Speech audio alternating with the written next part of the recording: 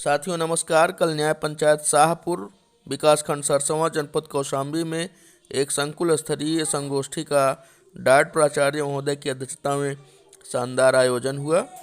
प्रस्तुत है कुछ फोटोज और शॉर्ट वीडियो भी, जिन्हें आप देखें।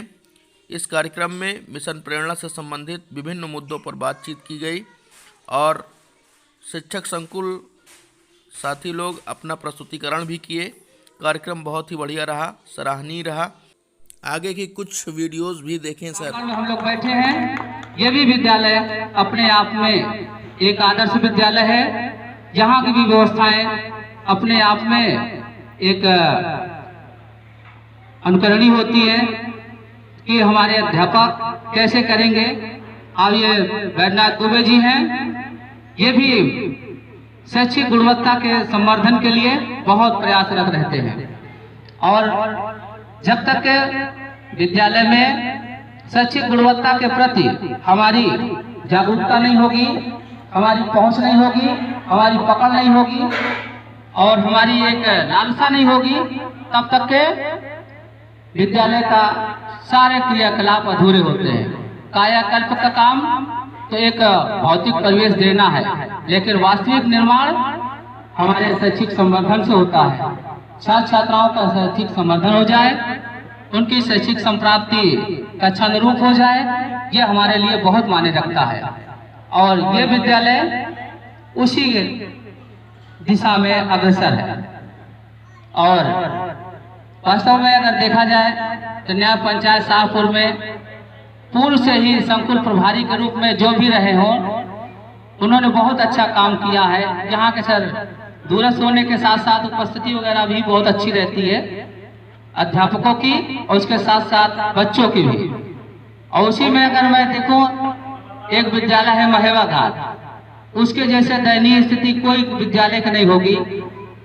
और आज मैं इसीलिए कहना चाह रहा हूँ कि जो विद्यालय अच्छे काम कर रहे हैं वो वास्तव में अनुकरणीय है, लेकिन इसी के बीच में छुपे हुए जो हमारे दयनीय अवस्था को दर्शा रहे हैं, वो भी अपना ध्यान दें और आने वाले समय में अपने आप को उस तरह से विकसित करें कि हमारा विकासखंड प्रेरक विकासखंड बन सके।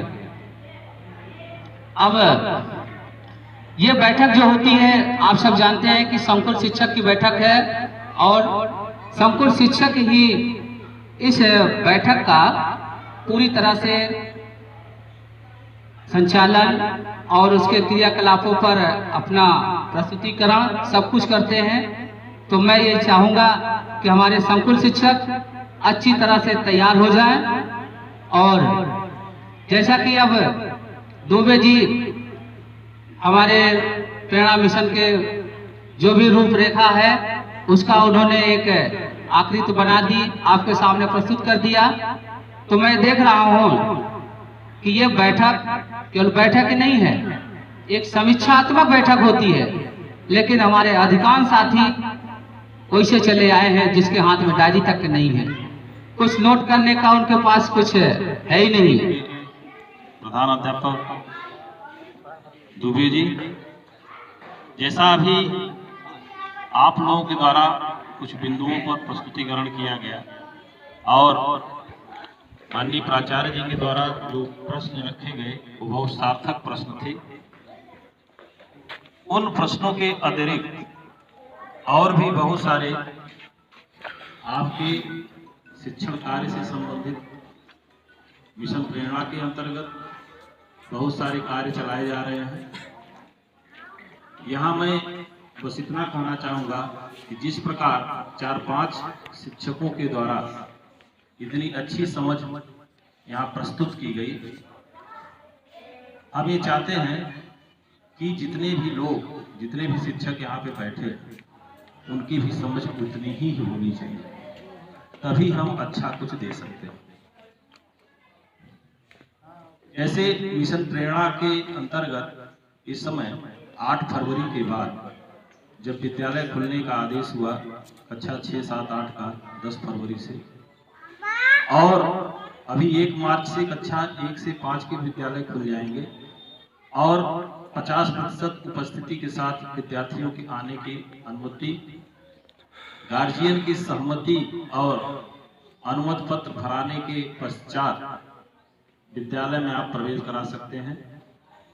एक घोषणा पत्र, एक अनुमति पत्र है। हम ये कहना चाहेंगे कि सभी अध्यापक बंधु सहमति पत्र अवश्य भरा करके ही विद्यार्थियों का प्रवेश करें, क्योंकि कोविड-19 अभी समाप्त नहीं हुआ है, चल रहा है, उसकी गति धीमी हो गई है। रिकवरी रेट 97-98% हो गया है, परंतु अभी बिल्कुल समाज से गया नहीं। इसलिए कह रहा है कि वो आपके लिए भी लाभदायक है और उस अभिभावक के लिए भी, कि अगर बाद में कुछ भी घटना घटित होती है तो उसमें आप से बचे रहेंगे। इसी प्रकार जैसे ई पाठशाला, कायाकल्प, रीड एलान, दीक्षा ऐप, ई पाठशाला में फेज 1, फेज 2 सब जानकारी आपको है। ऑनलाइन अभी तक आप लोगों ने उसको संचालित किया, अब ऑफलाइन कक्षाएं चल रही हैं और अभी भी वो गतिमान है, क्योंकि अब गतिमान